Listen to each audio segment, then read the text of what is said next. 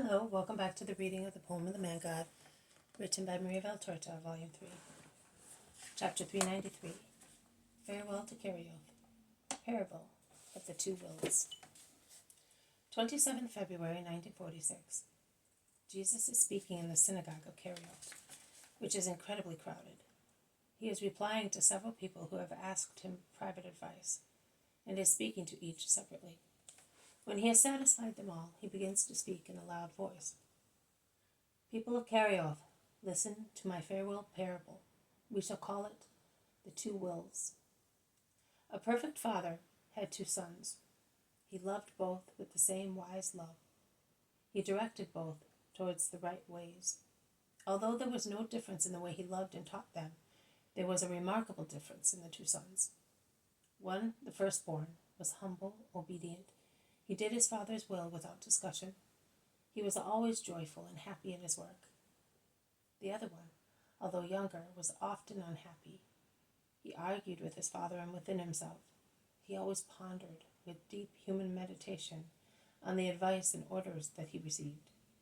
And instead of carrying them out exactly as they were given, he took the liberty of modifying them completely or partially, as if they had been imparted by a fool. His elder brother used to say to him, "Don't do that. You are grieving our father." But he would say, "You are foolish. A great big strapping man such as you are, firstborn over and above, and grown up. Oh, I would not remain in the place where father put you. I would like to do more. I would impose myself on the servants so that they might realize that I am the master. Owing to your perpetual meekness, you look like a servant yourself. Can't you see that no one pays attention to you? Notwithstanding your primogeniture, some even laugh at you." The second-born son, tempted by Satan, or rather, a disciple of Satan, whose advice he carried out diligently, tempted his brother.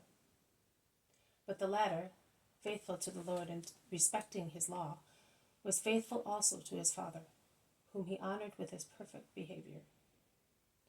Years went by, and the younger brother, annoyed at not being in a position to rule, after imploring his father several times, saying, "Authorize me to act in your name, for your own honor, instead of letting that fool do so, as he is meeker than a lamb," and after trying to urge his brother to do more than the father ordered, to impose himself on the servants, on fellow citizens and neighbors, he said to himself, "Oh, that's enough. Our good name is at stake. Since no one wants to do it, I will do it myself." And he began to do things his own way, yielding to pride and falsehood, and disobeying without the slightest hesitation. His father used to say to him, "Son, listen to your brother. He knows what he does." Or he would say, "I have been told that you have done such a thing. Is it true?" And the younger son, shrugging his shoulders, would reply to his father's questions, He knows. He is too shy and irresolute. He misses the opportunity to take command." Or he would reply, "I did no such a thing. I did not do such a thing." His father used to say to him, "Don't seek help from this one or that one. Who do you think can help more than we can, to give fame to our name? False friends influence you, so that later they may laugh at you behind your back." But the second-born son replied, "Are you jealous because I am the one with spirit of enterprise? In any case, I know that I am doing the right thing." Time passed.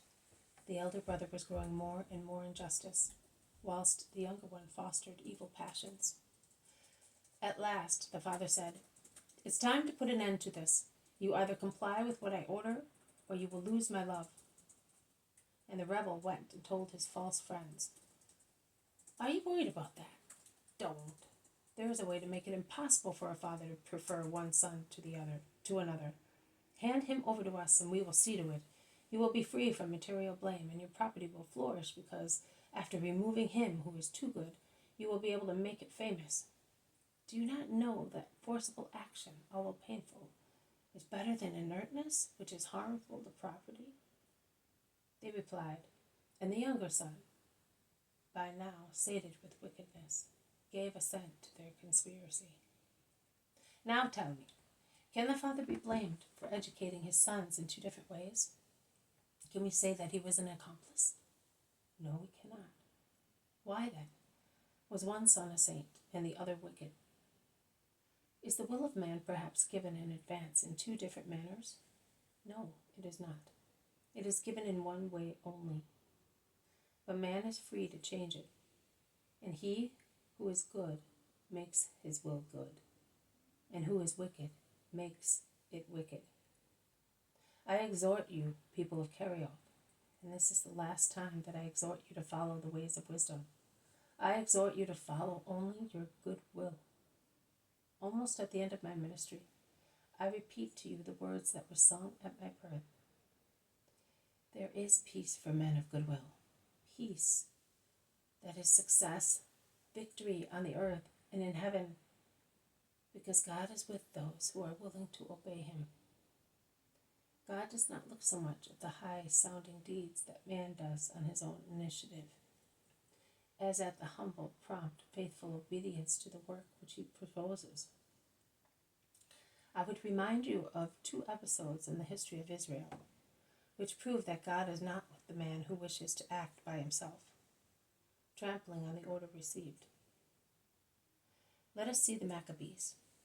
It is written that while Judas Maccabee was going with Jonathan to fight in Gilead, and Simon was going to relieve his countrymen in Galilee, Joseph and Zechariah and the people's leader Azariah were ordered to remain in Judea to guard it. And Judas said to them, "Take care of this people, and do not engage the pagans until we return." But Joseph and Azariah, upon hearing of the great exploits of the Maccabees, wanted to do the same, and said, "Let us make a name for ourselves and go and fight the nations around us." But they were defeated and routed, and so the people met with a great reverse, because they had not listened to Judas and his brothers, but had relied on their own prowess, pride, and disobedience. And what do we read in the book of the Kings? We read that Saul was reproved the first time, and the second he was reproved so much for his disobedience that David was elected in his place, because he had disobeyed. Remember, does the Lord perhaps want holocausts and victims, or does he not prefer people to obey his voice? Obedience is worth more than sacrifices, and to listen is worth more than offering the fat of rams. Because rebellion is a sin of sorcery, presumption a crime of idolatry. Now, since you have rejected the word of the Lord, he has rejected you as king. Remember, when Samuel obediently filled his horn with oil and went to Jesse of Bethlehem, because the Lord had chosen himself another king there, Jesse went to the banquet with his sons after the sacrifice, and his sons were introduced to Samuel. Eliab, handsome, young, and tall, was the first one. But the Lord said to Samuel, "Take no notice of his appearance or his height, because I have rejected him. I do not see as man sees, because man looks at appearances, but the Lord looks at the heart." And Samuel did not want Eliab as king. Abinadab was then presented to him. But Samuel said, "The Lord has not chosen this one either." And Jesse presented Shammah to him. But Samuel said, "He is not the chosen one of the Lord either." And he said the same with regard to all the 7 sons of Jesse present at the banquet. And Samuel asked, "Are all your sons here?" "No," replied Jesse. "There is still one left, the youngest, who is looking after the sheep." "Send for him, because we will not sit down to eat until he comes." And David came. He was a fair-haired boy, of fresh complexion and pleasant bearing. And the Lord said, "Anoint him, for he is the king." Because, and always bear this in mind, God chooses whoever he wants, and he deprives those who forfeit his favor by depraving his will through pride and disobedience. I will not come back here again. The Master is about to fulfill his ministry. afterwards, he will be more than master. Prepare your souls for that hour, and remember that as my birth was salvation for those who had goodwill, so my accession will be salvation for those who had goodwill in following me as master in my doctrine, and for those who will follow me in it also after my accession. Goodbye, men, women, and children of Kerioth. Goodbye.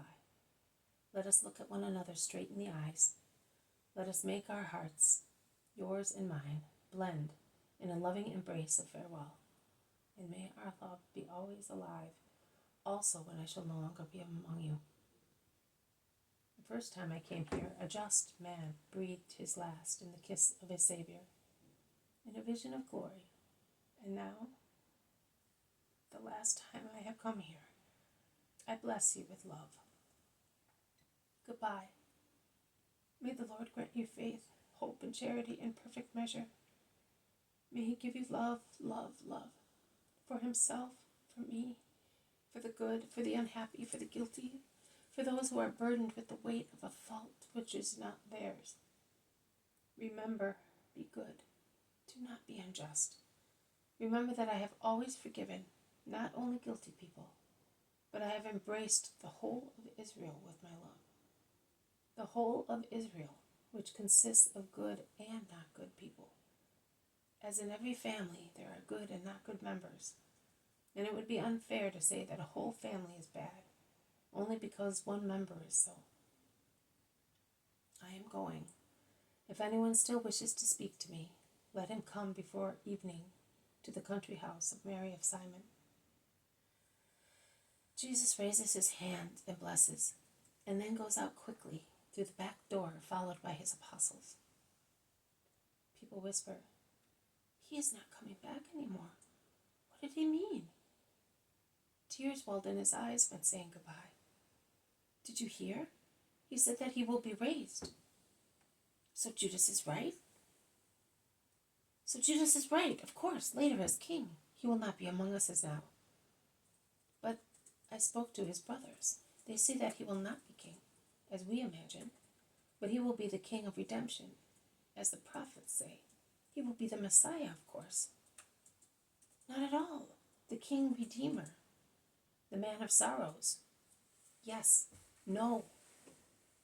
In the meantime, Jesus is walking fast towards the country. This has been a reading from the poem of the Man God, written by Maria Valtorta, Volume 3. Chapter 393, Farewell to Kerioth, Parable of the Two Wills. Thank you for listening. I will see you tomorrow. May God bless you, and may peace be with you.